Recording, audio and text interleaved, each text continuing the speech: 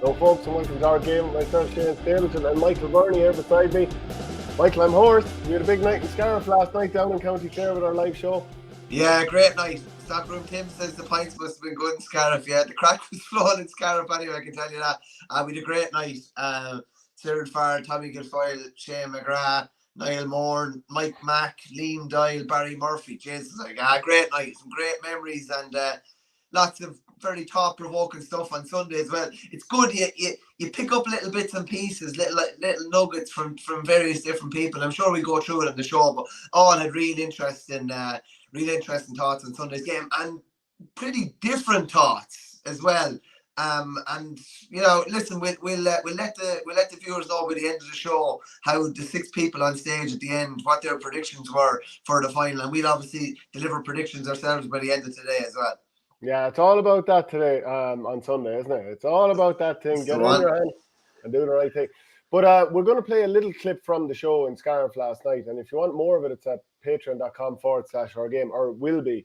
Anyone watching live, a little bit has gone up so far, but there will be more going, probably at least a half an hour's worth of stuff. So worth looking at there. The two teams, they've basically named the same teams as the All-Ireland semi-finals. So there's no real surprise there. I'll just bring it up on screen. Do you expect them to line out like that? Because this was a bone of contention in our discussion last night in Scariff over whether Ryan Taylor might come into the team or not. Yeah, Shane McGrath was very strong on Ryan Taylor starting, and I think a lot of it was to do with him starting and not allowing Dara Fitzgibbon into the game. But probably conflicting opinions. I'd say Shane was probably the only one that did think he was going to start, and I'd be of the opposite opinion. I probably wouldn't be starting him just because, like, how much competitive hurling has he got in 12 months? Like 25 minutes. That's the height of it. And maybe the 25 minutes almost nearly went too well the last day. Then all of a sudden, if he's thrown in from the start and he's under pressure from the start, then you're losing a big hop from the bench potentially. So I think they'll go with the same 15, and I think Taylor will be ready to go.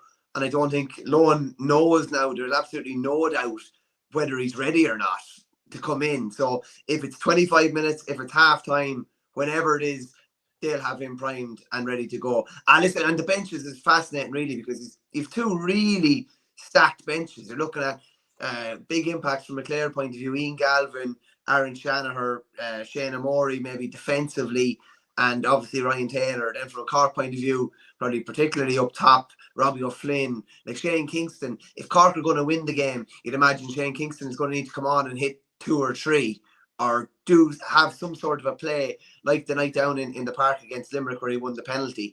But yeah, the old bench press will probably tip the scales, I'd say. And I'd be marginally favouring Clare in that respect, I have to say. Well, when you think about it, like Jack O'Connor, Conor Lehane and Robbie O'Flynn would probably start on the majority of other inter-county teams. And yet they can barely get a puck of a ball between them. Like Lehane wasn't brought on the last day. Maybe Jack O'Connor was brought on right at the end, and Robbie O'Flynn was brought on in something like the 68th minute. And then to also have Shane Kingston, Ethan Toomey on the bench, and other players that we probably haven't even named. Like Tommy O'Connell during the league was probably their best player, and he can't get into it now. I'd actually say that Cork have the edge on the bench. JM says, what did Cork ever do to you, Verney? You struggle to hide your contempt. Now, I'm sure that's not just about today, because the show is only 4.5 minutes old. But you really have driven the boot into Cork over the last few years. When I was fighting on my back for them, you were driving the boot into them. Like some crack. We were down with the Independent. We went down to Cork on Tuesday. They're a different breed, I'll tell you that. There's some crack. Like it was 9 o'clock. We landed in the Glen. And for the rest of the day, everything had "bye" at the end of it. For the rest of the, like, you could not say a sentence. And then obviously I was with a Cork man, Mark Condren, photographer there with the Independent, and he'd lost his Corkness, shall we say, because he's living in Lust the last good while. And by the end of the day, there was "bye" going in at the end of everything as well. But do you know what? It's not gone as mad down there as I thought it would be. I thought it would be, but now I'm only speaking from what I saw in the grounds and around the towns. I think it would have picked up maybe as the week went on, and I think it will be, bananas between there and Clare for the next couple of days. But no, Cork have never ever done anything to me, really. I've just gone all in on them a few times and they've let me down. And as I said to you, I won't have the faith in them until they go and do it. And listen, they could go and do it on Sunday. And I'd have a thing in the pit of my stomach. I'll give my prediction there, but I would have a thing in the pit of my stomach where I'm thinking, this Cork team is coming and they're ready now. But then there's a little nagging doubt as well. And we'll get into it all. Stockroom Tim says, has Verney been wrong about anything he said about Cork over the years? I don't think so. They're playing well now, but they weren't for the last few years. Come on, Stockroom Tim. Fair play to you, boy. Yeah, you're dead right. Flannery Shane Edwards says, really great to see two teams that haven't won the big title in a while. As a neutral, I'm hoping both teams perform their best this season and a high-scoring game that goes to the last second. You know the way, you try and think of the history of the two counties, and, one is the rebel county and the other is the banner and all this kind of stuff. And I was just looking up some of the backgrounds to the two counties, and I was looking up on it's a corkcity.ie website. I don't know who exactly. www.corkness.ie. Yeah, and it was like Cork is one of the oldest cities in Ireland and has a rich archaeological record. Its unique character derives from the combination of its plan, topography, built fabric, and its location on the River Lee at a point where it formed a number of waterways. Even the name Cork is derived from the word marsh, Corkig, in Irish. And then I was looking up a page on the Clare County Library, which was based around how did County Clare get its name. And it said, it is often said that County Clare is named after the De Clares. However, this is not the origin. Rather, the name comes from the Irish word clár, meaning a board or plank. A board was placed across the River Fergus outside Ennis at a place which was to become known as Clare, now Clarecastle Town. This Clare was a place of some importance as early as the 12th century, thus predating the arrival of the De Clare family to County Clare. What does all this mean? Well, nothing for Sunday, but I still find it interesting. It is always interesting how places get their names, and it's there's always usually a fairly good kind of backstory to it, and it's usually not what you think as well. It's usually something a bit more kind of highfalutin and complicated than what you think. Just one of the comments in there, Grodo Grack says, Stapleton, he just says Rory Hayes, Paul Flanagan, Shane Murray, Darrell Owen, Ryan Taylor, Shannon, and Ian Galvin. I'd say he's saying they would all make the Cork bench. I just think, tell you what, I think Clare have the advantage in the bench. I think they have better defensive options on the bench than Cork do, and I think that could come into it as well at the weekend. It's just lads will tire. There'll be lads coming off in the 65th minute, maybe that didn't have to come off in previous games, or pick up knocks, and your panel will really, really be tested on Sunday. And I think Clare's panel is slightly stronger, and I do think that could tell all the difference at the end. I remember once Matty Kenny said to me, or said to the group once about just don't come away from the game saying you couldn't get into it. If I asked you, after the game, what happened there, just say, don't come out with the line, I couldn't get into it. And it's true, like we've all been there at some stage, that you just could not find a way into a game. But like some days your touch can be off, your striking can be off, but your work rate, there's never really, assuming you prepare properly for a game, there's no reason your work rate, should ever be off. So no matter what we see on Sunday, I think we'll see two teams that just smash each other physically. And I don't mean in a bad sense. I mean that they're going to empty themselves, that there's going to be no room for saying, well, I didn't make that extra run to get across to try and cut out a run to force them to make another pass so that somebody else could get in and get an interception or the next tackle or whatever. So I just think on days like this, it's, even though it's a huge pitch and all that kind of stuff, it's going to feel as small as a club pitch. And it's just going to be difficult to do anything, and will add that mayhem because you won't be able to hear, so you won't be able to, kind of think that way and hear what everyone else is telling you, even if it's calmed down and you have space or whatever. And you're just going to be hit. So it'll just add that frenzy to the occasion, which generally makes it even better. Yeah, it's going to be pure madness, sure. Even from the first second the ball is thrown in, and I do think for Clare to win the game, I think it needs to be a bit of a bruiser, and they need to be right on that line. And how Johnny Murphy officiates the game will play a lot in it as well. Cyril Farrer was saying last night that Johnny refereed a challenge game last weekend, and he definitely had his umpires and everyone kind of mic'd up, and it was generally, and I thought he was running the show. He said Johnny was totally in charge. And I thought this was really interesting. He said it was his call on the puckouts, and it was his whistle on the puckouts, which would be probably unlike what Thomas Walsh did in the All-Ireland semi-final, and probably very unlike forget who refereed the game down the park with Cork and Limerick, but it'd be unlike that day as well, because like the last day, and John Kiley referenced it after, like, remember Kyle Hayes put a ball over the bar, and in the second half, I think he put the ball over the bar anyway, and the puck out was allowed to be taken that quick that Hayes struck from the middle of the field, that Darragh Fitzgibbon immediately made a run to the right flank, and Hayes was almost punished for scoring. The ball was back out that quick. So I'd say that's the one thing that Johnny Murphy's going to go after at the weekend that will slow it down a small bit. And you have to say that would take away a little bit of what Cork have been doing the last couple of days. It's been bang, bang, bang, so quick. And if it slowed down a small bit, that might upset their rhythm a small bit too. Yeah, it was Sean Stack who refereed the game down in Páirc Uí Chaoimh between Limerick and Cork. KCH93 says, all the ingredients for a great game. Can't wait. Christmas in July. Hopefully Johnny Murphy leaves the whistle at home. Cork by 4. I like that idea. Christmas in July. Johnny Crawford, he's talking about Lucas Kurgenstein, the S&C coach. He's going for a third All-Ireland. Strong tip connection too, Shane, with Shane Hassett as coach. That's on the Clare side, if correct. He was the goalie for the famous Fitzgibbon 2014 game, UL versus LIT. PWell74, Tim O'Mahony spent the semi-final pulling and dragging Keane Lynch for 70 minutes. Will have the same job if TK plays midfield. Do you know what? We might as well take up that point here, because go back to the semi-final, and obviously Tim O'Mahony was moved from the half-back line out to midfield, and Kieran Joyce reverted into the half-back line. Robert Downey centre-back, and the other wing-back was Mark Coleman. So from the get-go in that game, Limerick totally went after Mark Coleman. On the puckouts, they isolated him, and just time after time, he had difficulty. Now, he's a brilliant hurler, but he's not the same size as Groat Hegarty, as Cathal O'Neill, as some of the lads who snap ball over him. So there was at least 4 players that I counted that either one ball over him from puckouts or one freeze directly off it, because, you know, Coleman was struggling in that area. And like, you can't give out about Coleman. I mean, he's brilliant at so many things, but just this isn't his area. So then you ask, what's going to happen in the game on Sunday? And Clare are obviously going to go after that. Limerick went after it all game long, and Clare have to do the same. So you just wonder, is it going to be a case that Tim O'Mahony will move back into the half-back line? Sorry, I might just update that with Joyce, actually. So might it be a case that if it's Duggan or if it's Fitzgerald, that Coleman is going to be targeted? Now, that would be the smart thing to do.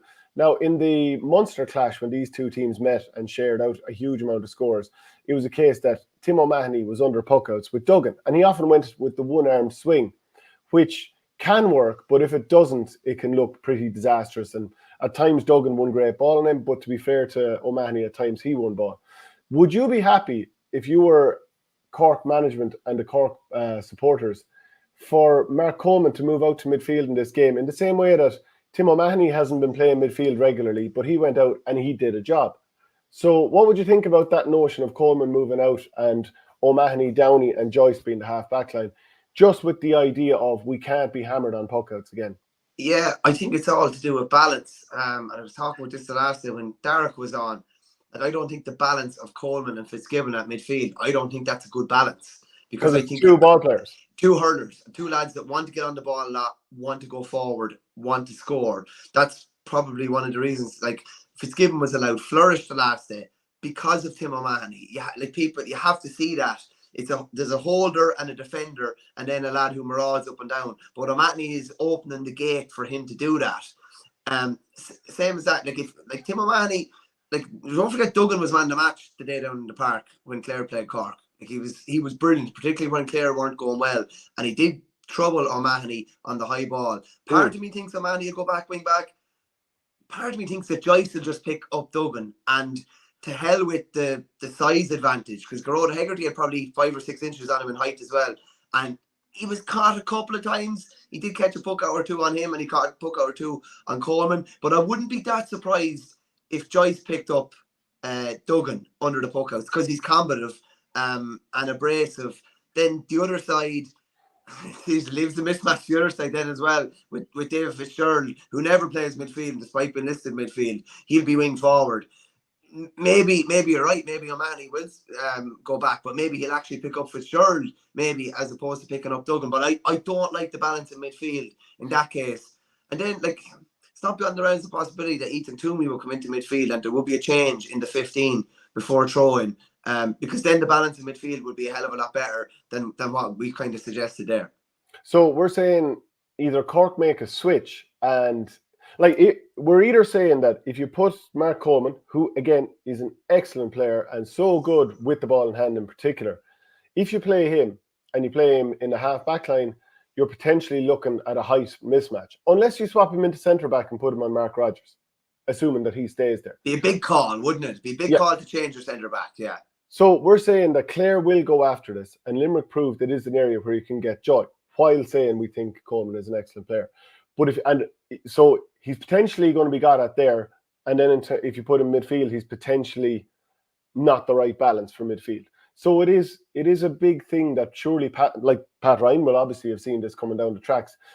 But will he say we're just going to back Coleman, that he'll do enough going the other way, or he'll do enough good stuff to sort of, in terms of the checks and balance, will come out on top?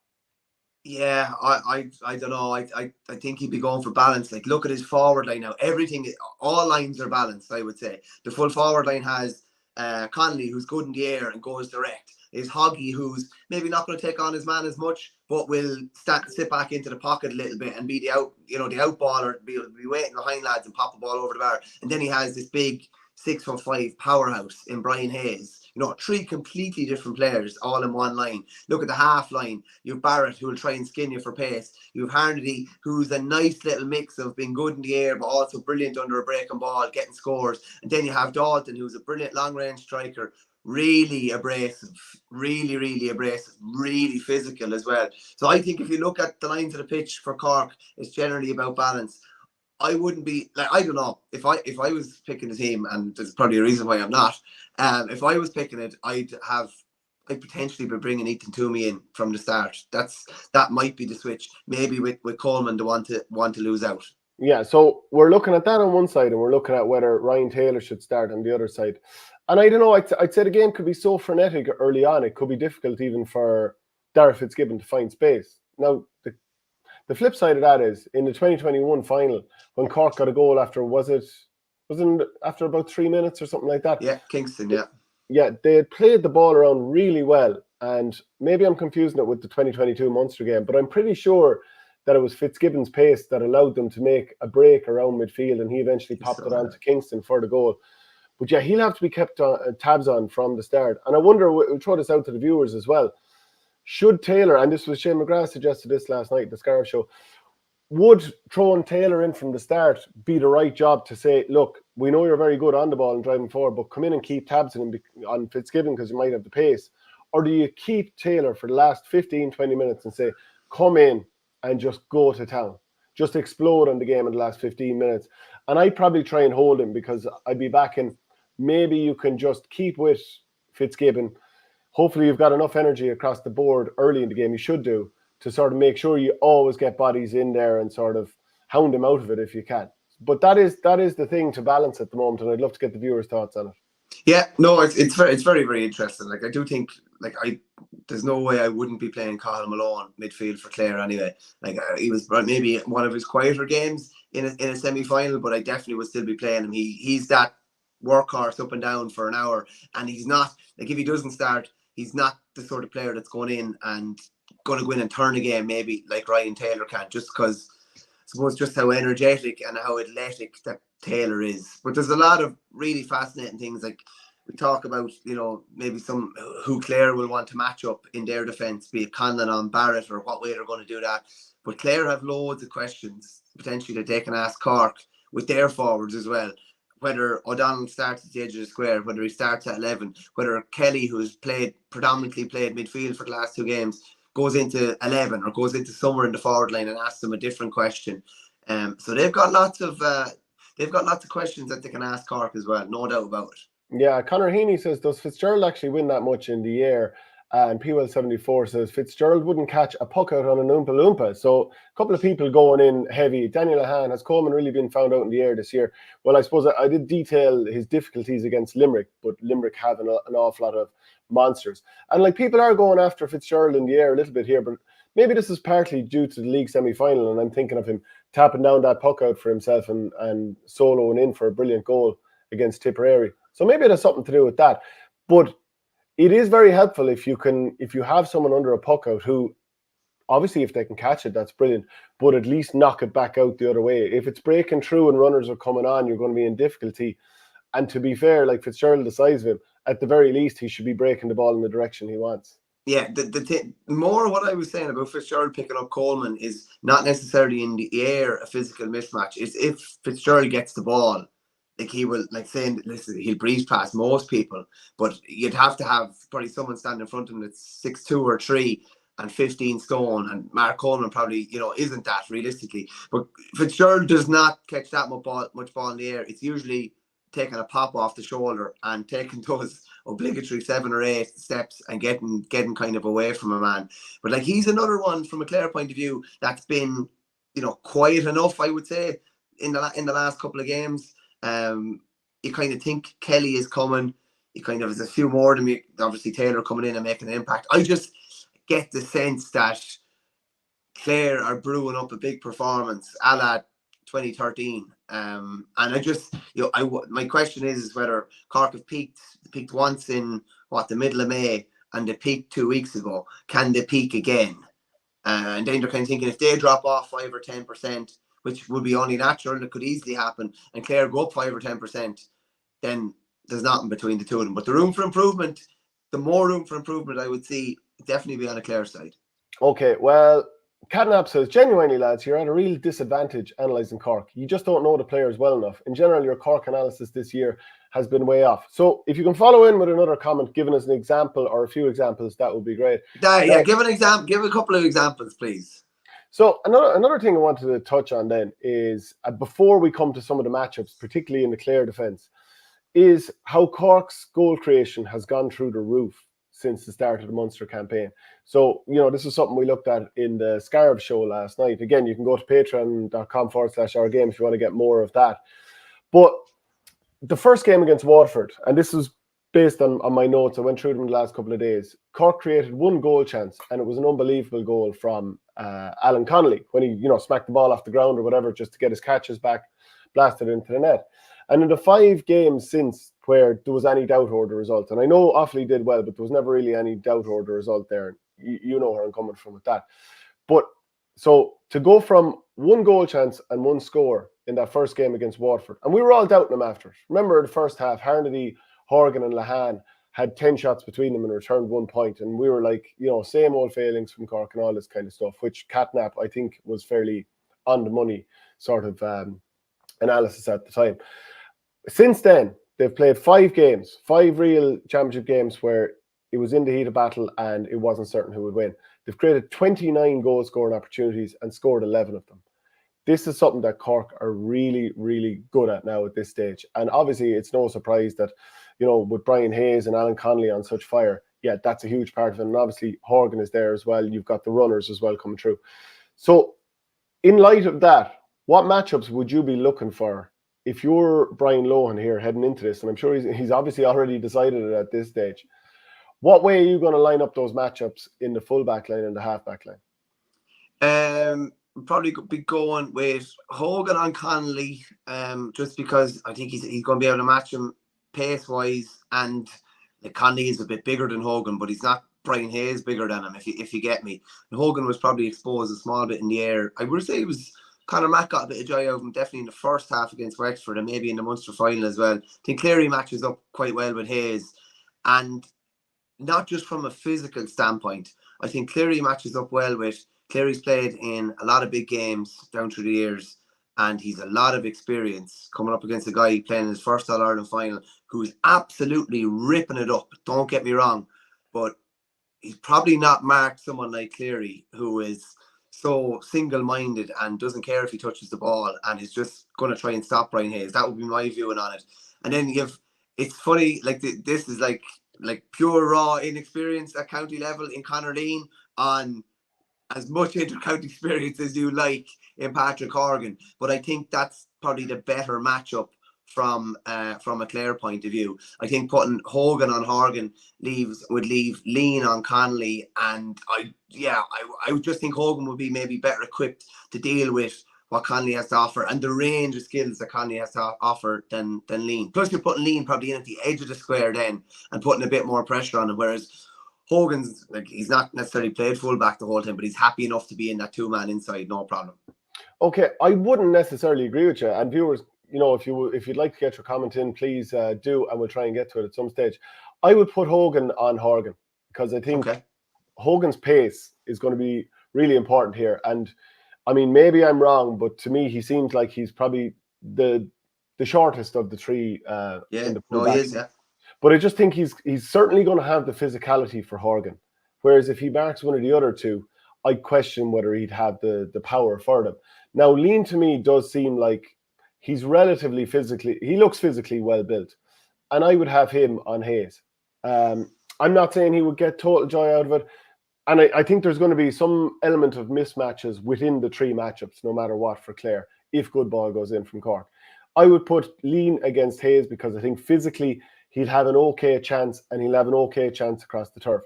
I think Cleary's, a really, really good experienced defender. But if Hayes gets the ball, and it might be a bit further out here or out here, I think he's going to turn Cleary and he's going to do a little bit of damage.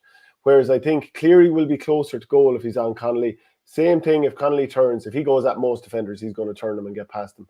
I just think this balance might work best as far as I'm concerned. And Horgan will not like somebody as athletic and full of beans as Hogan, trying to dance all around him all game. So that's the way I'd look at doing it. Yeah, I kind of said before they played in the park that I thought Hogan would go on Horgan because Hogan on Horgan, yeah. It's a nice little ring to that, actually. Just because I thought they'd try and break Cork's spirit a small bit. I'm not being smart. When I was looking at the Kilkenny-Clare game, I was like, every time the ball went in, I was like, this must be breaking Kilkenny. It must be breaking the Kilkenny sideline. It must be breaking the Kilkenny team. To see Hogan walking out with these balls on one of their best players, a player that's expected to almost win the game for Kilkenny and Owen Cody. And every time it was just it must have been so frustrating and so soul destroying. So if you're able to hammer the hammer, so to speak, and Horgan is putting the back foot, or Horgan is taken off because Adam Hogan's had a brilliant game and really, really affected the game. And on the flip of that, Horgan gets the crowd going or whatever, Hogan does as well. If Hogan were to mark Horgan and win that matchup and he's coming out, winning frees, fist flying, that's a big win for Clare. I still think the balance of the team is better with the three I suggested, but I'm sure they've analysed it every which way. But a lot of how the Clare full back line are going to fare will depend on what John Conlon's role is, and a lot of that will depend on what the number 11's role is for Clare and who plays number 11. And if it's Kelly and he's floating and he forces Rob Downey to sit, shall we say, that might allow Conlon to potentially sit at the other end, which would be very advantageous for Cork. But obviously Cork don't want him to sit, and they probably want a matchup of Barrett on Conlon. So we're trying to enforce our will on the game for Clare and make sure that Conlon sits. Cork are trying to enforce their will on the game to make sure that Conlon is not allowed to sit, and maybe that he's brought out wing back and brought to uncomfortable places. But I do think, I have to say, remember the goal chance Barrett had against Clare in the park? He made about a 78-yard run, and John Conlon was not losing a yard with him. Barrett got the run on him and had the 2 yards at the start, and Conlon was not, there was no separation, shall we say. It was the 2 yards the whole way in. And I forget what happened, but it didn't end up in the net after anyway. So Clare will not want that, and they won't want Barrett running at Conlon, will say, like he was running at Hannon the other day. But will Cork just go with something similar on their puck out? Will they just go at that Clare half-back line like they went at the Limerick half-back line? If they do, which I would expect them to a fair extent, Clare have to be forearmed and forewarned, and whoever is picking up Hayes needs to be ready, willing and able, because he's going to be the one that's going under 5 to 6 puckouts during the course of this game with a heap of lads breaking off him. I'm interested, our Cork viewer, I haven't seen any feedback back about how we're getting Cork all wrong, so I'm really, really looking forward to that feedback. Yeah, okay, so there's plenty of comments coming in here. The performances against Clare and Tip weren't peaks. Richard Hogan, Cork's been much more quiet since the first Limerick match. Quick ball into the full forward line has been working. So we're going to get more into those matchups, but I'll just put up a little clip from Niall Moran last night. So it's in an auditorium, so the audio isn't absolutely perfect, but we'll just play it because he talks a little bit about Clare's forwards and a particular matchup that Clare might go for in their own backline against the Cork forwards. So I do think that they'll be well capable of going for a shootout on it. Where do Clare need to be wary? Obviously Cork got huge try in the long ball off Limerick and they had a chance to land breaks. If you asked me going up to the match 2 weeks ago, I would have said that Limerick would be wise what was coming. Limerick knew what was coming but didn't make any alterations, right? As that's what Limerick do. And from that point of view, we've been very, very disappointed that we learned nothing of it. But Cork, obviously, against Limerick, they went on the ball, they came on the breaks, and when they wrapped around on the breaks, right, they came straight down the heart to Limerick. And obviously, along to that, they were smart. They came out and came back to pitch, withdrew. So it's Limerick's main player, and since Kyle Hayes got out of the game. So what do Clare need to do? Like, a Cork are probably going to try that against Clare again, aren't they? Yeah. So, like, what you look at your Dermot Ryan, David Mack, okay, and like, okay, if they try the same thing with Dermot Ryan that they did with Declan Dawson, Dermot Ryan is fit to explode there. Dermot Ryan is a couple of his shooting has been way off this way. I know what you're going to say about who could be man of the match, but Dermot Ryan for me, if Cork adopt the same tactics as they did with Declan Dawson coming up on the pitch. So yeah, very much he thinks that the tactic of Declan Dalton drifting out the pitch is something that Clare can go after. So we did see him do that against Limerick, of course. So would you be, I mean, it's fair enough saying that that's something that, let's say, Dermot Ryan or David McInerney would enjoy, being drawn the other way up the pitch. But it still does leave you the issue that, you know, and Conlon did well, but there were times when Barrett, you know, and he does this to everybody, got past him. And if you've got Dermot Ryan drawn out to the side, you do have that issue whereby you've got a 35-year-old centre-back, and I don't care how good you are or even how young you are, Shane Barrett is going to get inside you if he gets enough ball. Yeah, I think there'll be, like, I don't necessarily, like, Dalton played that role the last set to stop, basically to be a decoy, to keep Hayes honest, shall we say. I don't know if they're going to be necessarily trying to keep McInerney or Ryan out of the game to the same extent, because, like, with due respect, Hayes is probably the best wing back in the country, so they were trying to negate his influence on the game. Not saying, I'd say Dalton would play a small bit more orthodox, but if he does play that type of role, like whether it's Duggan or whether it's David Fitzgerald, probably actually had the two wing forwards, I'm sure that they'll try and get back even 5-10 yards to make sure that out ball is cut off. But yeah, they're Dalton obviously and Harney, they're trying to create as much space as possible for Barrett to float around inside. And again, to come back to it, the quick ball and the quick puck out will have a big bearing on the game, and particularly what Cork can get away with. I would hazard a guess and say the whistle will be blown a couple of times in the first 5 or 10 minutes, and Cork will have to, you know, Patrick Collins will have to reset. And if that's the case, that is a nice little win in Clare's favour, I'd say, because Cork were able to get the ball so quick in what were their two best performances this year, the two Limerick games. What I hope is that Johnny Murphy doesn't give a yellow card really quickly, because with Rory O'Connor in the quarter-final, it kind of puts you into a situation where one slip now from a player and they're gone, and we all know that they didn't deserve, you know, you might have given 2 yellow cards, and maybe in a way you could say, yeah, you could justify both as yellow cards, which wasn't the case with the first one for O'Connor. You just put yourself into that corner now where you have to send somebody off, and it ruins the game. And like, I'd go back even to 2013 when Cork beat Dublin in the All-Ireland semi-final. Ryan O'Dwyer, to me, incredibly harshly sent off. And it killed what was a brilliant game. Now, Dublin stayed going, but it did kill the game. We cannot afford to have what is a huge game, and is actually going to be shown on terrestrial TV in England as well, Britain. Like, you want to make sure that this game is everything that hurling should be. And I think it will be, assuming that the game is let flow. And if that means the odd heavy tackle is let away with to some degree, and I don't mean something that can do damage, I mean just something that's a little bit over the top, but, you know, nobody's gotten hurt here, you know, so be it. It's a difficult one because obviously lads are trying to lay down markers in the first couple of minutes, and particularly I would say Clare are going to try and set a tone. And even like you saw that picture that was flying around of Tim O'Mahony and Dara Fitz and the throw-in, like they had billhooks cutting thistles, and O'Mahony hits O'Donoghue some flake at the start of the second half. Like outrageous. Like fair play, because it's not something that's usually pulled. The throw-in is, how often do you see the whistle blown at a throw-in? I could count on one hand the amount of times I've seen it blown. Even going back to 1998. 98. Yeah, that's literally like the last one I can remember, genuinely.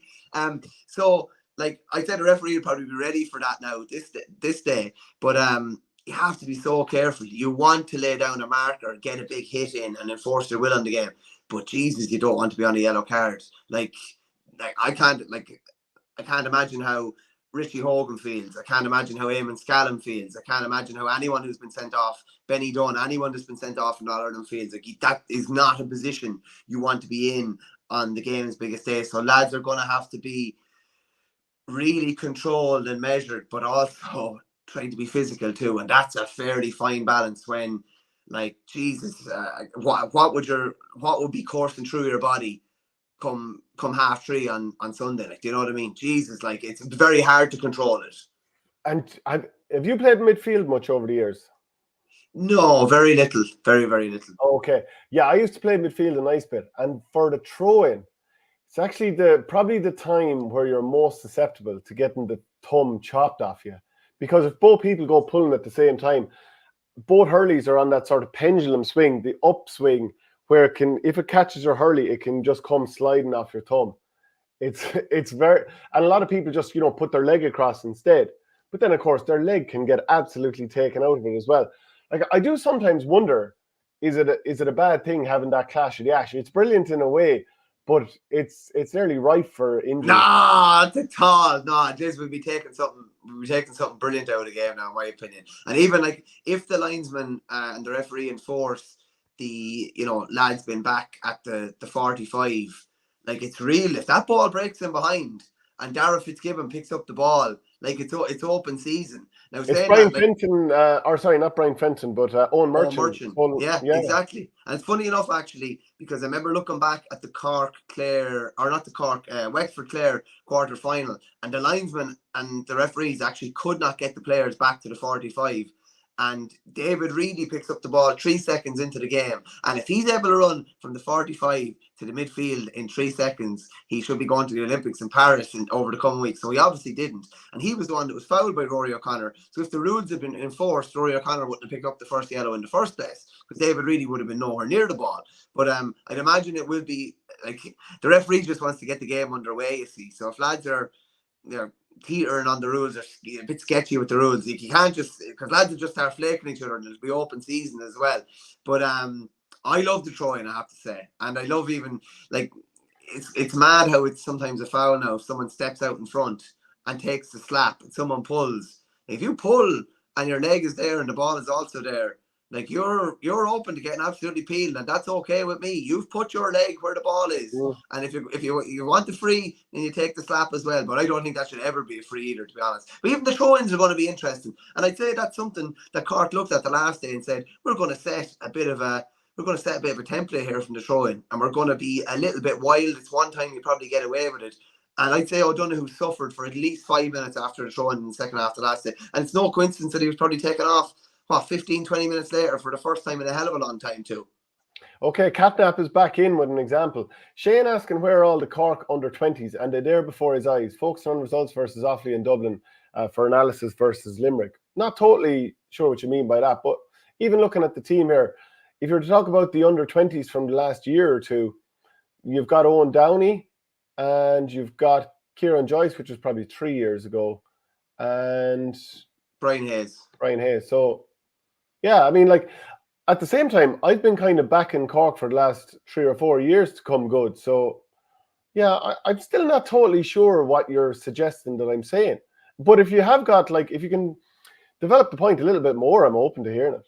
Just on, like, the analysis of Dublin and Offaly, Cork were not impressive against Offaly. So you analyse what you see before you, and, like, maybe there was a bug or an illness in the camp. That's fair enough. But you analyse what you see on the pitch. They were pretty unimpressive against Dublin as well. Are you just supposed to say, for a team that hasn't done it they don't have enough credit in the bank for them not to be analysed or questioned whether they've maybe peaked for Munster or whether they lack consistency. Of course, you have to question. You have to question that. You're supposed to just write off to those 2 games. Of course, you cannot do that. So you judge. You judge performances. You judge what you've seen. And listen, I think Catnap's going to have to come back with a bit more than that now. Well, he's got no knowledge of the ceiling of players like Hayes or even Barrett, as you don't watch Cork club games. Shane was worried for Cork, ranking them 5th or 6th. Now, we're only coming to comments. There's so many there. It's hard to see them all. So if I see more from you, Catnap, I will read them out. I would openly accept that. Yeah, I didn't see Brian Hayes doing that this year. I think I've been raving about Shane Barrett for a long time. So, yeah, I take your point on Hayes, though. I was down at the Munster League game last year. Was it a final? I think it was a final against Limerick. Hayes actually scored the winning goal. Like he's been threatening. He's been on the team, but like you have to say, there's a guy who was playing football a couple of years ago as well.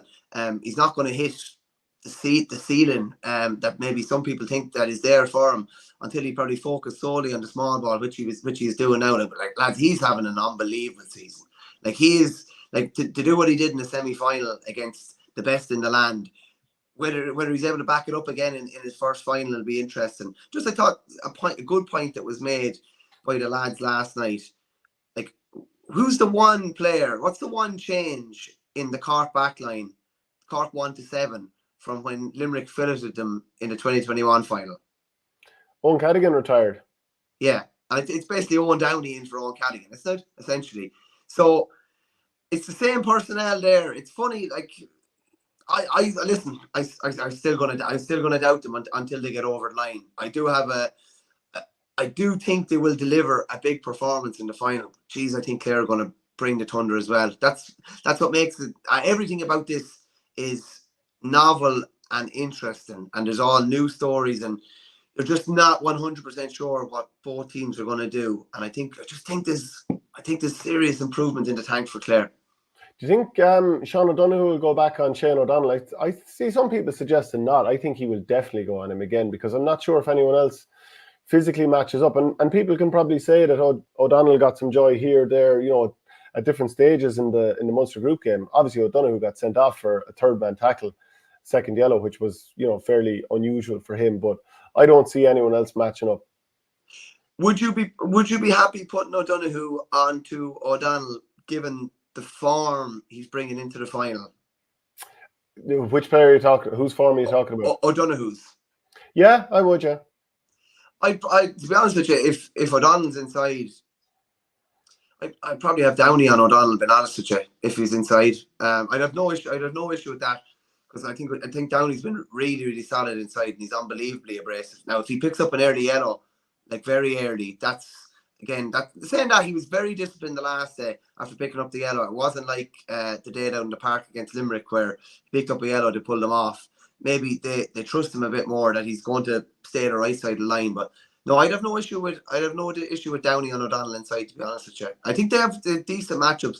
Niall O'Leary, I'd imagine, will be the floating kind of cornerback again. Potentially could float even a bit further than that. If Kelly's in the half-hour line, you could see O'Leary maybe going out there on him as well. And like, yeah, it's just there's so many. I think the two full back lines are the two most interesting lines, and you could kind of go 5 or 6 different ways with the matchups there. Would you be inclined to play Kelly in the forward line, obviously a Roman role, or would you play Kelly midfield here? I'd play him nearly everywhere, to be honest with you. I'd play him start in midfield for about 10 minutes. Particularly if he's in the game, I'd have no issue moving him to 11 then. I'd be making it as difficult as possible for Cork to tag him. And the minute they think they have him tagged, he's somewhere else. I think But are you still going to play 2 midfielders outside of Kelly? So Kelly is basically a forward who can be in midfield and has basically a free role. Yeah, no, if it's Malone midfield with him, and Kelly is midfield, Malone will be the holding midfielder and he'd be up. Like he was foraging deep in the first half the last day, probably too far actually. And was playing maybe more defensive than he should have been. They do need him going forward a good bit more, maybe than he has been. But he finished the game well the last day. Now, I'd have no issue with if he's out around the middle of the park, him being the second midfielder along with Malone, who's going to be more of the holding midfielder, the defensive midfielder, shall we say? Yeah, like are Clare at their best keeping 2 up top or 3 up top? So Reedy will drift a little bit. He generally does, but he's well able to score if he stays high up the pitch. So are Clare better served keeping their 3 up here? We'd probably expect McCarthy and O'Donnell and maybe Reedy to be sort of floating a little bit. And obviously he'll be inside at times. Like, what way is going to work best for Clare? And I've no problem with Kelly picking up ball here, because if he gets man-marked, and he's man-marked in traffic up here, it's very difficult to get in the game. So that's why players like him come here, so that they can look, can I influence the game? Particularly if Dalton and Hardy maybe are trying to draw their men wide. He kind of has to get back here to get on the breaks. Yeah, 100%. I don't know. I think there's a big performance brewing in Kelly. And the last 15, 20 minutes of the semi-final, I can't imagine what that'll do for him. Just knowing that you've delivered when your team needed you most. You've had a difficult year, fitness-wise. I'm sure it's been difficult mentally, but knowing that you've delivered when your team needed you most and helped to get your team over the line. And I have to say, he has to be one of the most kind of criticised or questioned players in the game now as well. He's quite polarising, actually, because we know how good he is, but people are very, very quick to criticise him outside of Clare. Like, very, very quick. Like, it was the thing going around the last day was, Tony Kelly was playing hide and seek, and no one could find him in the first half. And I didn't hear anybody saying the same thing about Patrick Horgan, who was completely anonymous in the first half for Cork and was very, very quiet throughout. Some players seem to be immune to it, and others. Kelly has this thing of people seem to think he's a bit of a media darling or something, and people love to SH1T all over him if they get the chance to. I think he's going to light it up on Sunday, and I think you could be looking at 4 or 5 from play from him. And if he's on song, Clare will win. Both teams want to hurl here, but I would imagine that if it's going to be a slower, more attritional game, that would favour Clare. If it's a more open, and both teams have unbelievable forwards here, but I just feel like there's more goals in this Cork team, that they're more programmed for that. And, that even goes back to having Darragh Fitzgibbon at midfield. Probably to say the same for Tony Kelly if he's out there for Clare. But I talked about all the goal chances, the 29 goal chances that Cork have created in the 5 games after the opener in Munster. They created 9 of them against Clare in that Munster game. When they went down to 14 men for the last, maybe, when was the second yellow? It was probably about 20 minutes ago, something like that. They created so many goal chances that day, whereas Clare created 4, scored 3, and a couple of them were really, really good. But I just feel like this Cork team is more programmed towards scoring goals, which is why I sort of feel instinctively like I'm leaning towards them.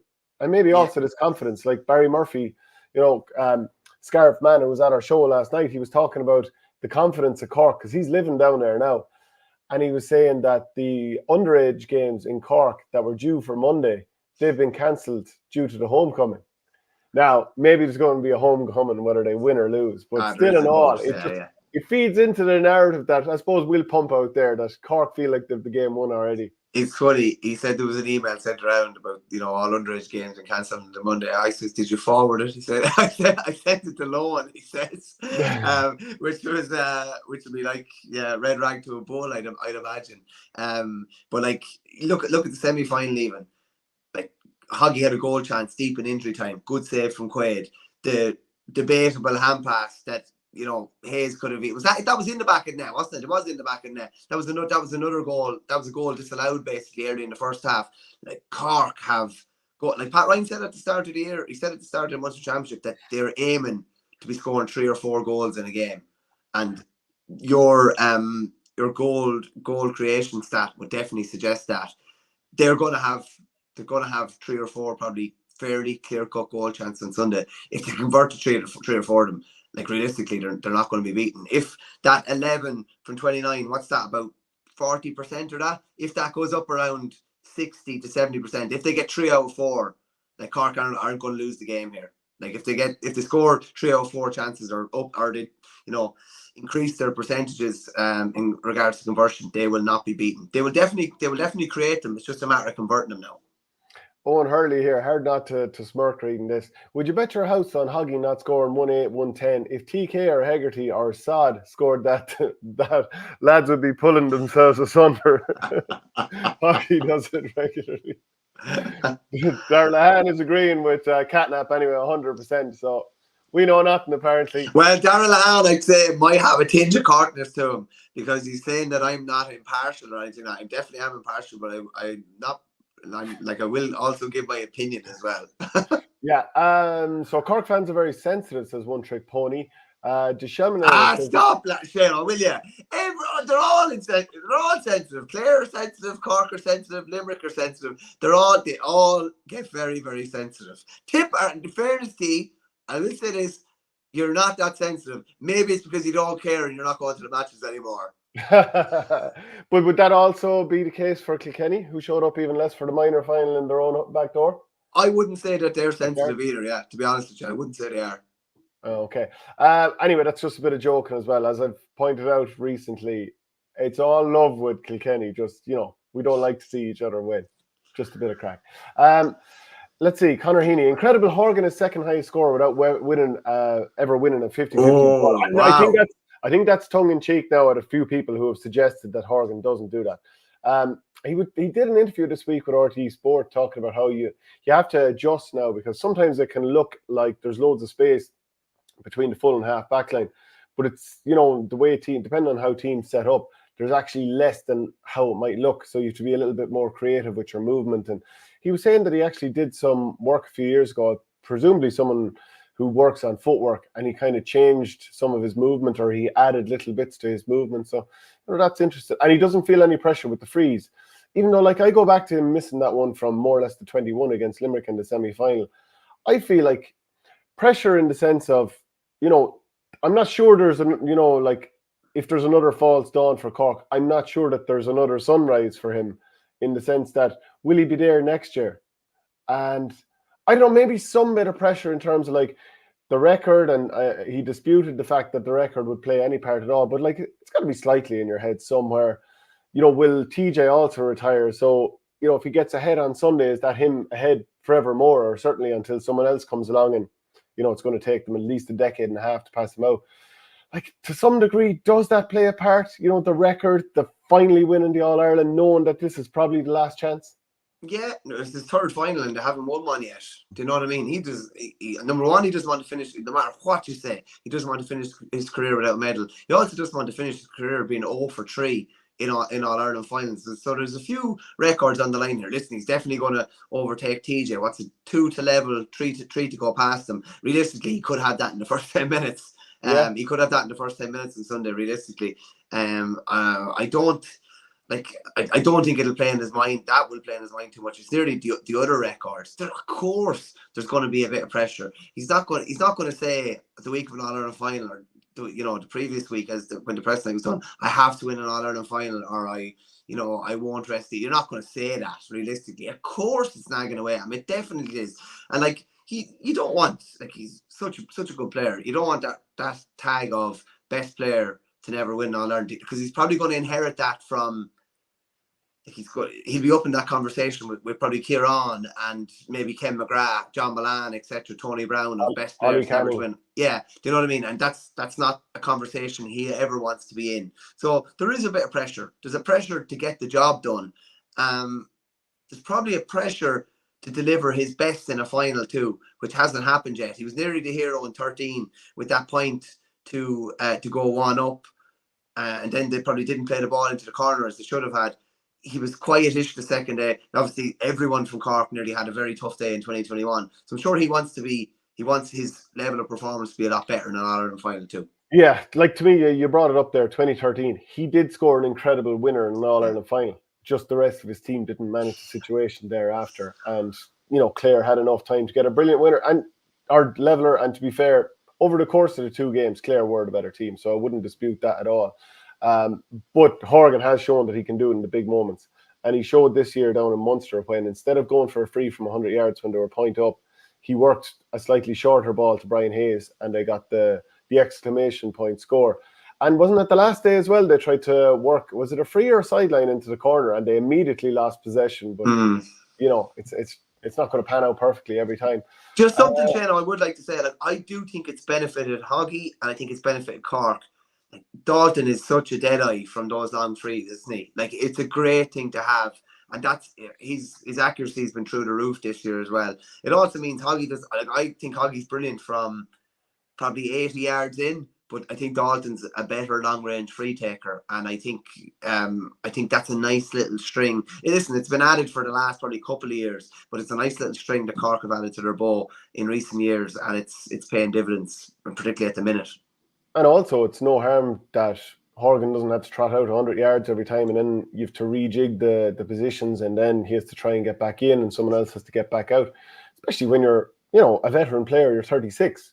You don't want to have to make those extra runs. You want to keep all your runs for when you're trying to get away from Adam Hogan or whoever it might be this weekend. Can I just ask you, Shane, who do you think is a potential bolter in the All-Ireland final? Who's a player?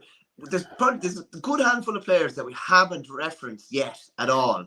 And like last year, I remember saying going into the All-Ireland final last year, if Kilkenny are to win, Tom Phelan's going to have a day of days. And he nearly did. He nearly had, he was nearly man of the match, he just kind of tailed off maybe in the last 15 or 20 minutes. And he could have ended up at 1-5 easily. I'd say, who's your Cork player, maybe somewhat unheralded, that could absolutely light it up? I think Rob Downey. I think he could have a huge game, particularly if Clare resort to, 100-yard long balls, which we have seen him do at times, and sometimes with great success, but other times it's been their downfall to some degree. Now, Niall Moran mentioned Diarmuid Ryan, and we all know David McInerney. Now, those two lads have a huge role, obviously in terms of their matchups against Dalton and Harnedy, whichever way the matchups pan out, but they've got to be disciplined with their shooting and not always be shots from 100 yards, certainly not from the sideline. But I think Rob Downey is a player that could have a huge impact from the Cork side of it. His move to centre-back has been transformational. And on the other side, Harnedy, at times in the 2013 finals, he was unbelievable. He could score 1-4 here. You just don't know. I mean, he's so good, he really is. Maybe you take the Clare side there? Yeah, it's funny. Greedy? The Greedy's been brilliant. The Greedy was brilliant the last day when other guys around him weren't. And I don't know, I just think him being in around O'Donnell, I do think O'Donnell seems to play better when Reedy is around him. They're obviously club mates as well. And he's a great man at kind of creating a bit of space, I'd say, for O'Donnell too. But Rogers will be the one, funny, who probably will end up at 11 at some stage on Sunday.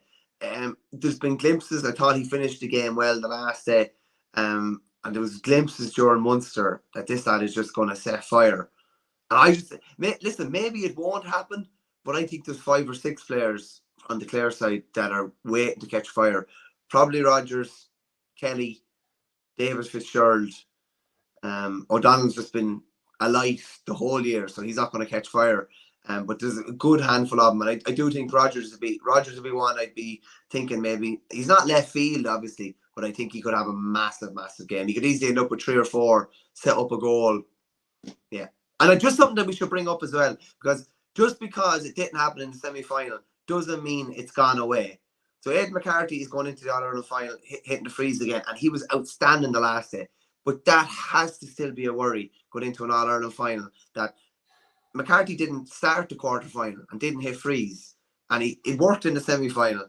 I would still be worried about Clare's free taking going into the final. One game isn't going to just make me forget the troubles that they've had in recent years with Kelly, Duggan, Rogers to a lesser extent, and McCarthy. So that's something that could tip the balance as well. Okay, well, Richard Hogan says Clare have been starting slowly for a lot of games this year. If they let Cork build up a lead, then they will struggle to peg them back. So it's over. It's over if they don't play in the first half. The game's over. And if you go back over the last number of years when they've been at Croke Park, 2018 semi-final against Galway started terribly. Was a 1-7 or 1-8 to a point down. They were awful. 2022, horrendous first half. 2023, poor enough first half, and they gave themselves too much ground to make up. Even this year, 5 down at half-time, Kilkenny should have had them out of sight. So, but maybe finally getting that first victory at Croke Park in the championship for 11 years, maybe that will have sort of released them to start well here. No, I do think it will, to be honest with you. It's their first win in Croke Park in 11 years. All the older guard, you'd imagine there'd be something that was in the back of their head, maybe eliminated to some respect. And I said it the other day as well, in fairness, Kelly, O'Donnell, McInerney, Conlon, They've played one All Ireland and they've won it. Albeit it was 11 years ago. Their memories of All Ireland final, well, they've played one, they played two, won one, drew one. Their memories of the All Ireland final are the best memories of their hurling career. Cork's memories of an All Ireland final, 2013 one that they feel that got away from them the first day, and 2021 probably by far and away the worst memory of their hurling career. So, you know, the Banner psyche would be in a better place in that respect. So, who's going to win this game? I just think there's more improvement in Clare, and I just think if I was looking at the two semi-finals and I was a supporter of Clare and a supporter of Cork, yeah, I would be unbelievably happy with Cork beating Limerick and the performance level. But then from a Clare point of view, I'd be looking at it and thinking, Jesus, we're after beating a team we couldn't beat the last 2 years, playing stink for a half, and we're in a final. We got to a final playing badly. I just think there's green shoots everywhere there. There's so many. I always talk about the little plus, you know, beside lads. There's a plus beside nearly everyone, the Clare lads. There's improvement in every one of them. And I wonder whether Cork can hit the heights of the two Limerick games. Because if they don't, they're going to be really, really susceptible. I think it's a high-scoring game. I honestly, Shane, I said it last night, like I actually do hope it goes to a draw, because we need another game. We need another game to extend the hurling championship, and it'd be great if it did, like 2013. But I think Clare will just edge it, something like 223 to 125, with Tony Kelly hitting 4 or 5 from play, and maybe ended up man of the match. KCH93 says, lads, are we all hoping for an unreal spectacle but afraid of two windy/inconsistent teams coupled with a tin whistle enthusiast in the middle? Feels a very laboured build-up to an All-Ireland final. Catnap says, there's about 8 of Clare's team 30 and over. Don't hear anyone kicking off about that. Bolter, Alan Connolly, Owen Hurley. I think Toomey or Tommy O'Connell could come on and do a job if things are getting spicy. Niall O'Leary could have a big impact if he can get on enough ball. Stockroom Tim, if Malone keeps Fitzgibbon quiet, could he be considered the bolter? Yeah. In a sense, it would be huge for Clare. Niall O'Leary keeps Kelly under wraps. That could be man of the match and get a score. Bolter, Mark Coleman, Malone on Fitzgibbon, Kingston and Robbie O'Flynn to come in, and Toomey into midfield when they tire, and maybe Jack O'Connor, Bolter, Aidan McCarthy. We've basically named everyone at this stage. Could be lean, lads. Okay, I'll give my thought on it, and I'll read a couple more comments then. Like, I just think Cork, with that goal-scoring power that they have. Also, and this is something that Niall Moran mentioned last night at the show, like, Clare would have been building up all year for the idea of, we're going to be playing Limerick again. And now, you know, imagine, go back to last winter. What will everything have been, you know, everything that's been planned in the dressing room between the management team and, you know, all that, it'll just be references to Limerick or how we set up for Limerick. Now they're up against Cork, who obviously they've played plenty of times. They know what beating they're them the last 3 years in championship, by the way. Exactly, yeah. But obviously that won't mean much going into the game on Sunday. Yeah, they'll have a bit of confidence in terms of, we know we can beat them. But is there sort of a mental adjustment to the fact that, okay, we're not actually playing Limerick, which should actually be a release in a way, because can you imagine how stressed both counties would be right now, the thought of losing to the old enemy? Does it free them up, or is there sort of a mental adjustment? Now, the other thing is, right, Clare, when they started off Munster against Limerick, they were unbelievable for 53, 55 minutes, and then they collapsed. And we kind of talked in the weeks after that, is there going to be mental fragility after that? And go through the games they've played since.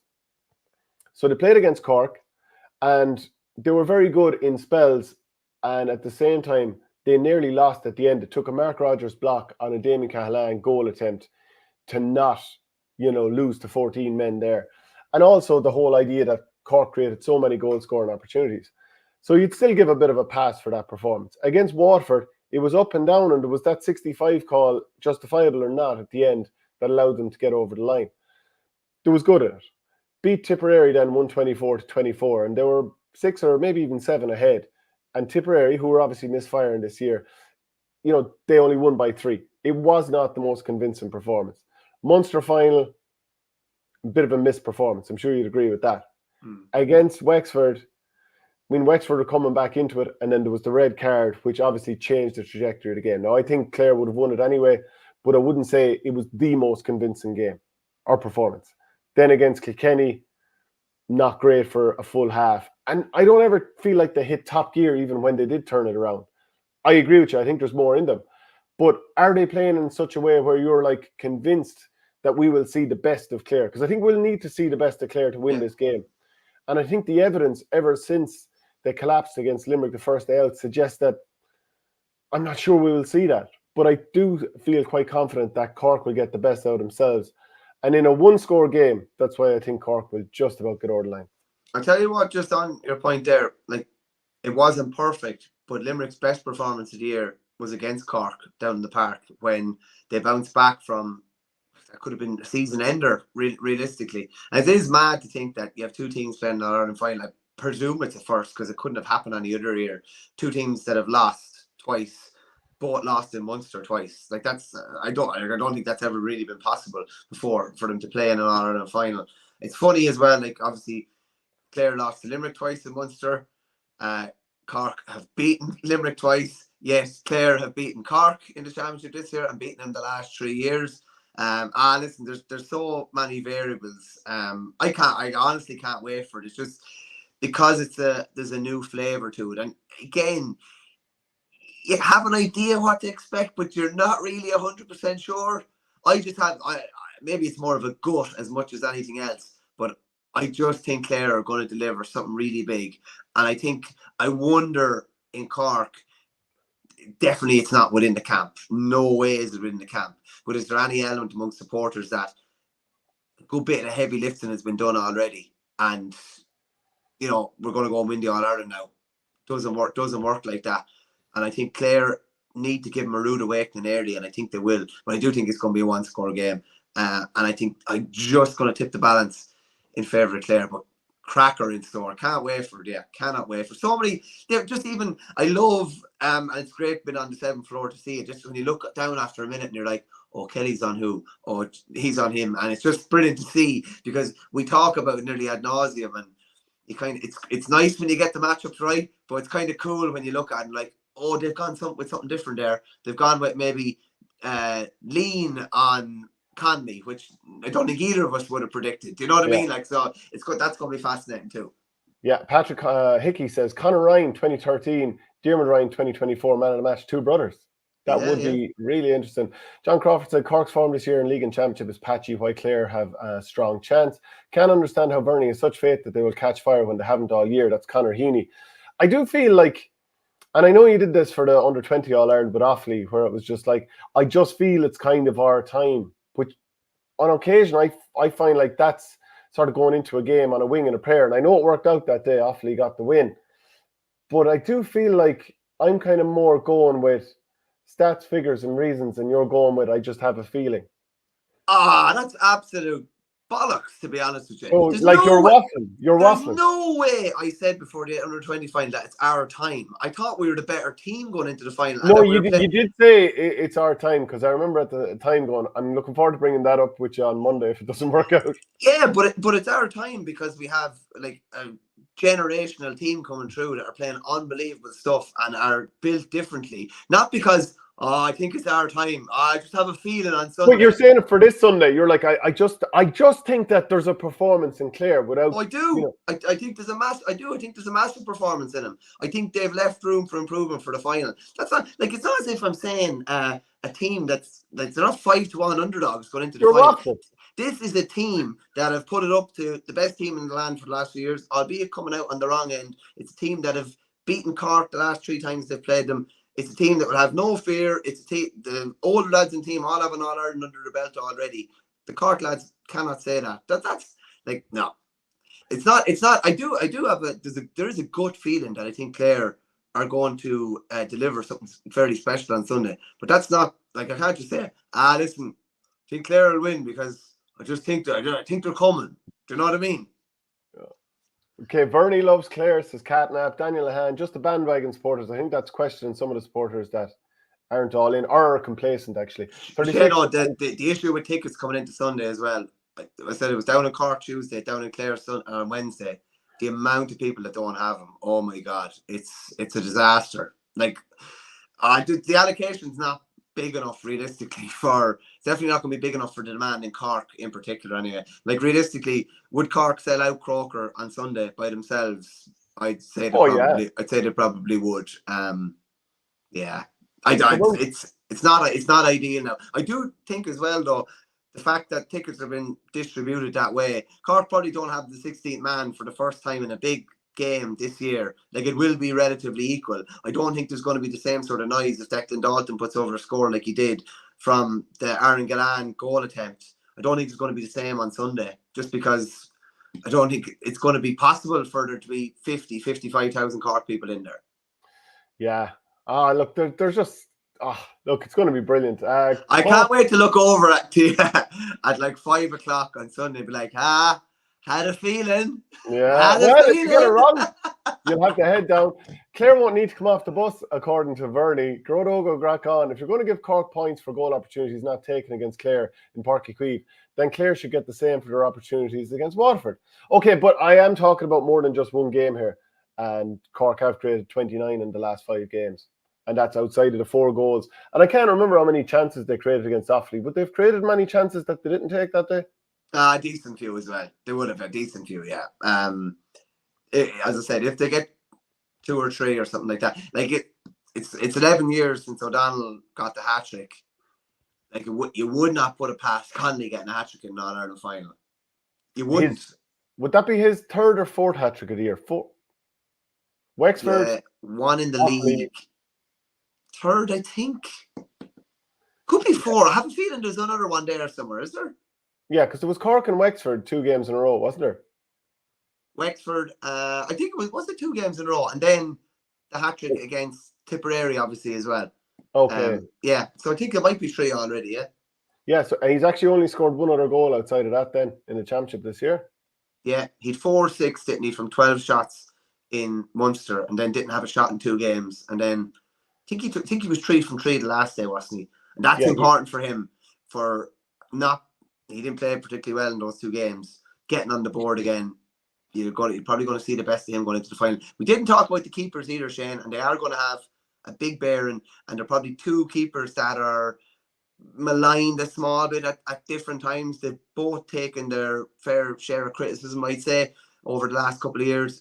Like Quilligan kept Clare in at the last day. He would be disappointed with the goal that they conceded in the second half, but when it looked like they were going to be blown out of the water, he was the one that kept them in it. And listen, Collins' puckouts are outrageous the last day, and his couple of saves as well. Yeah, they're going to have a big bearing too, and that could have a big bearing if both keepers have steady All-Ireland finals. Nicky Quaid probably gets the All-Star. If Collins steps up with another couple of big saves, he probably gets the All-Star. If Quilligan plays like he did in the semi-final and there's not a boo-boo, he probably gets it. So there's a hell of a lot up for grabs. Yeah, Aidan McGrath says Clare were 7 points down in Cork and equalised before Donoghue's red. Yeah. Daniel Lahan, Verney's first non-PC statement. I quite now. You're talking absolute rot, and there was no other. No. To be fair, you try to be everyone's buddy all the time. It's pathetic. Sometimes you can't put too fine of a point on it, and you just have to tell someone what you think of them. John Crawford says Pat Ryan and Lohan, both very similar managers. Interesting, Ryan post semi-final not winning an All-Ireland would be a failure. But I think that's how you have to be thinking. And certainly in Cork, even though the recent history is, brilliantly that they haven't been winning All-Ireland, but like historically, they are a winning county. So you have to think that way. Yeah, and for his goal, he said within his 3-year tenure that his goal was to win All-Ireland. Like, they're in an All-Ireland now. As I think it was Gerald Nan said in 95, like, will we ever be guaranteed to be in another All-Ireland semi-final after winning Munster? No, you're not guaranteed anything. So that's why Cork might be in the All-Ireland final next year. They mightn't get out of Munster next year. So you take this chance. Of course you're going to say that. Someone had a comment in earlier, a question. Is this last chance saloon for Lohan? I very much doubt it, having got the monkey off the back in the semi-final. Barn, like, there's a total blowout from a Clare point of view, and hopefully from either side there's no blowout, and it's just that rip roaring type of a score for score game, something like the score I suggested. As long as we finish the season on a big high, we could do with a good final. We could do with a cracker of a final. And also, I think one of our sponsors last night has an offer for the OurGame viewers. You might have it there, do you? Yeah, it does. Yeah, it's Inside Nutrition. They sponsored the live show in Scariff last night, And they obviously provide all the nutritional supplements for, I think it's all of the Clare teams, hurlers, footballers, and the camogie team as well. So you can use the promo code OurGame at Inside Nutrition, and you get 15% off. So if you want to be as big and strong and lean as the likes of Conor Lean or David Fitzgerald, use the promo code OurGame to get 15% off. Okay, really looking forward to this one on Sunday. I'll see you in Croke Park there. I'm sure plenty of our viewers will be there as well. Do you know what's great? The hour beforehand, where you're just like, you're kind of, I don't know, it's like now everyone has an opinion now, and it's like 5 minutes before the first at Cheltenham Festival. No one's wrong. It's great, and then all of a sudden 10 minutes into the game, most people are wrong and different things are happening. So it's it's going to be a fascinating final, all going well. Yeah, we'll be in there early. Hopefully there'll be an old curry going as well or something like that. Right, folks, enjoy the final and we'll chat to you soon. There's plenty more. Patreon.com/OurGame if you want to get it there. Cheers, Michael. Cheers, Shane.